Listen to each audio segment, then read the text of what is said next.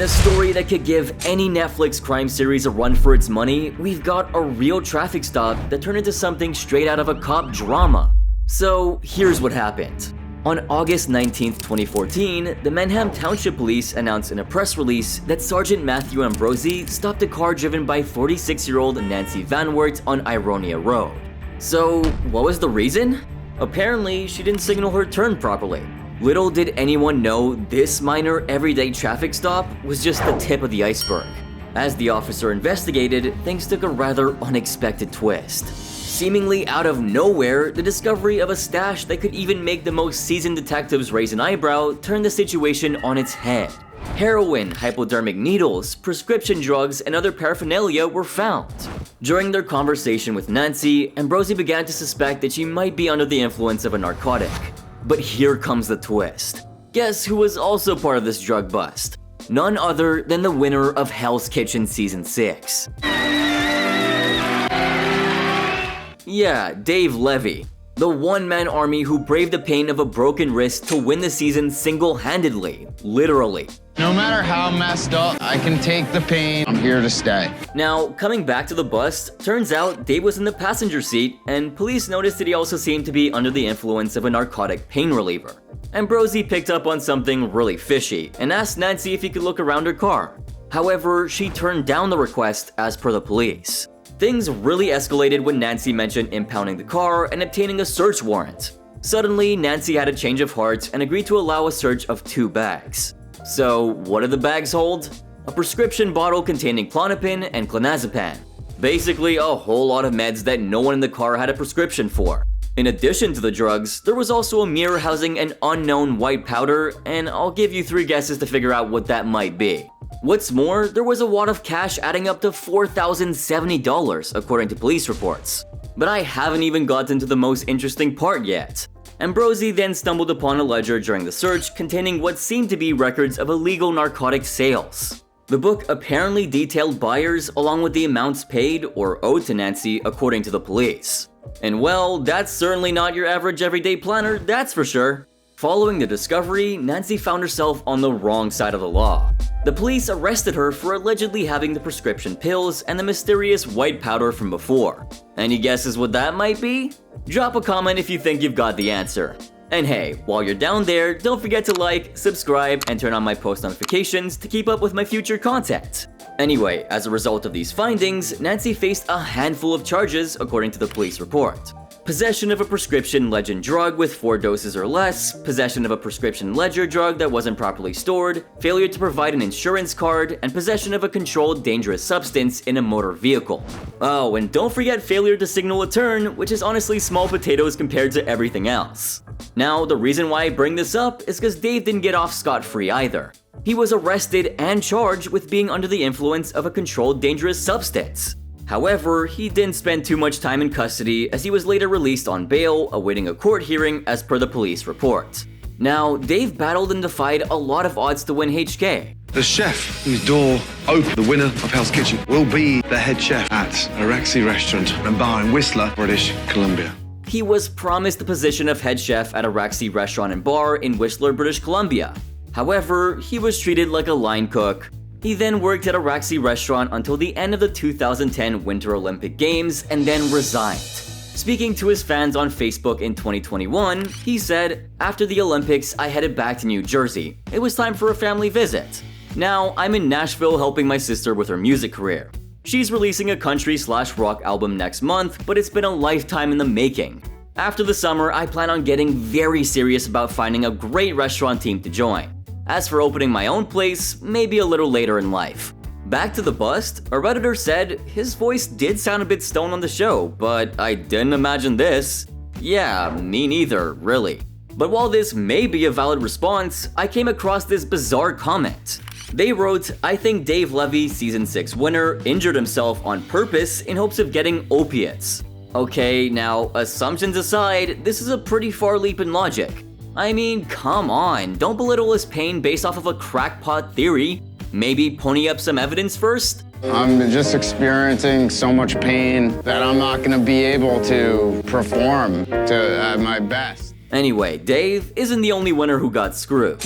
Something eerily similar happened to Season 5 winner Danny Veltri. The person who wins Hell's Kitchen this year will receive $250,000 and a position as head chef in a brand new restaurant at the luxurious billion-dollar Borgata Hotel and Casino in Atlantic City. But apparently it was just a hoax as far as I can tell. Now, there was a huge mix-up about his job title post-victory, and the reality didn't quite match up to the dream. Sorta like what Dave dealt with. Despite being promised the head chef gig, it turned out that Danny was only offered a sous chef position. For someone as talented as him, it came across as an insult. He now has the talent and maturity to become a great head chef. Borgata Resort should consider themselves lucky. I know I would. So, what exactly did Danny do? He decided to spread his wings and fly solo, launching his own catering company. But the story didn't end there. He lent a hand in opening a swanky beachside joint, the Gnarly Surf Bar and Grill, before landing a big role as the executive chef at Vince Carter's restaurant in Daytona Beach. However, in 2012, he found himself in some legal trouble. Reports surfaced that the Florida cops received a call about an inebriated driver causing a scene at a gas station around 4:15 a.m. on a Sunday. When the authorities arrived, they found Danny hanging around the 2005 Dodge Neon, apparently not in the best state due to some heavy drinking. According to the cops, he took a breathalyzer test and it clocked in at .12, definitely not under the legal limit of .08. Danny, who was then the GM at a spot called Gnarly Surf Bar and Grill near Daytona Beach, didn't exactly have the smoothest night. He found himself booked at a local police station and then released after posting a $500 bail. Yeah, this dude went down the wrong road, but of course, fans like you and I will remember him for this. I always knew I wanted to be a chef ever since I was a little kid. According to a guy who worked with Danny for 2 years, Hell's Kitchen kinda made Danny jaded and sort of lose his spark. The source wrote, he was the chillest dude before. I mean, I knew him well. We blazed, went to bars, good guy, but he wasn't the same after. He further claimed he thought that some stupid reality show would make him awesome, but he came back to the same hole in the walled town. It's hard in this business and the culinary field anyways. It's just such an unbelievable amount of pressure that it's make or break you. That is what Hell's Kitchen is. Well, all that glitters ain't gold. There is some darkness lurking behind the scenes of the show for sure. Anyway, Chef Danny seems to have worked on himself and powered through to make a good life for himself and his daughter. I wish him all the success and love in the world. Now, I don't think that Season 1 winner's Michael Ray's heartbreaking story after Hell's Kitchen is much of a secret. As Michael was celebrating the win of a restaurant, I realized that an individual of Michael's talent, I didn't want to let him get away. The offer to work alongside Chef Ramsay in London left Michael shell-shocked, and amidst a chorus of cheers, he tentatively agreed. However, his elation soon turned to regret as he grappled with a monumental decision that would haunt him for a long time afterwards. Speaking to BBC, Michael revealed the agonizing truth behind his choice. It was the hardest decision I've ever had to make. I regret it all the time, he confessed. You were on Hell's Kitchen, where are you at? Oh, I'm like living under the Burbank underpass off the 5, eating other people's food that I get out of the trash at the food court. His reluctance stemmed from a harrowing battle with addiction that loomed over him during his time on the show. Michael had faced back surgery for scoliosis a couple years back before entering Hell's Kitchen. This led to a very bad dependency on potent opioid painkillers prescribed for his recovery. I have a scoliosis. When I was 18, I had Harrington rods put in my back, and about 3 weeks after my surgery, I actually had an overdose on morphine. Unintentional, but I overdosed and I actually bent some rods, snapped 2 screws in my spine. His addiction spiraled, causing him to hand over his prescription pills to the producers while sneaking his own stash into the house. Even then, he found himself needing more, constantly seeking additional doses from his doctor. It was already taking half of my mental energy just to keep my addiction in check, just so I could work and live a normal life, Michael admitted. He shed light on the immense struggle he faced behind the scenes. I really wrecked my body and I lost a lot of weight that I'm really trying hard to gain back right now. Despite being flown out to London for a 5-day glimpse into his potential future, the haunting fear of being without access to his drugs overshadowed everything. But he was still preparing to open his own restaurant in LA. With a growing family and funds in hand, the future seemed really bright. However, tragedy struck with an unimaginable force.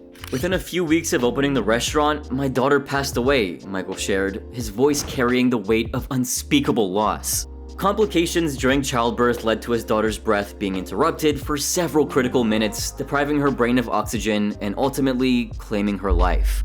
The devastating loss catapulted Michael into a tailspin, making it nearly impossible to keep his life together.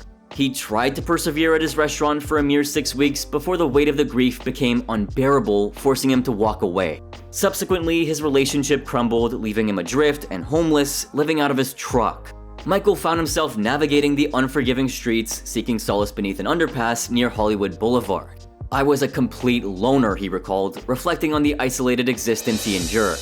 Living in the shadows, he struggled in silence, concealing his deepening addiction and personal turmoil. Despite the darkness that enveloped him, Michael found solace in his passion for cooking. In an almost surreal dichotomy, he taught culinary classes during the day at the prestigious Sur la Table store, while nights were spent in the solitary refuge of the underpass. There, he would grapple with addiction and seek refuge in his drugs to numb his overwhelming pain. Since I made the choice of trying to get sober, because there are people in the back doing lines of cocaine in the back of the prep kitchen, it's like this ain't the 80s anymore. Michael's downward spiral led him to rely on homeless shelters for meals, though his culinary skills often found their way into shelter kitchens. Years of dependency on highly addictive painkillers obtained through prescriptions took their toll. When his doctor in New Mexico, where he had moved to, refused further prescriptions, panic set in as withdrawal symptoms surged. Desperate for relief, he attempted rehab but was turned away due to the severity of his withdrawals, being advised to seek hospitalization instead. Faced with an overwhelming urge to appease his addiction, Michael resorted to a drastic measure. It's that struggle that has really kept me going for so long now. Recalling that his pharmacy was the sole establishment in the state storing all medication on accessible shelves at night, he resorted to breaking in with an axe, stealing the drugs, and fleeing to the desolate desert. The extent of his desperation led to a harrowing moment of criminality, reflecting the depth of despair and the overwhelming grip of addiction that had ensnared his life. I really feel like Gordon and Hell's Kitchen are disappointed. I'm the first winner. I needed to be look, this is our winner and look what he went on to do, you know what I mean? But he did come out of it. And if you want to know how he turned his life around and what he's up to now, be sure to check out the video that I made about it. On a similar note, Janelle Wit, the winner of Hell's Kitchen Season 11, appeared poised for a career-defining role as the head chef as one of Chef Ramsay's spots in Caesar's Palace, Las Vegas.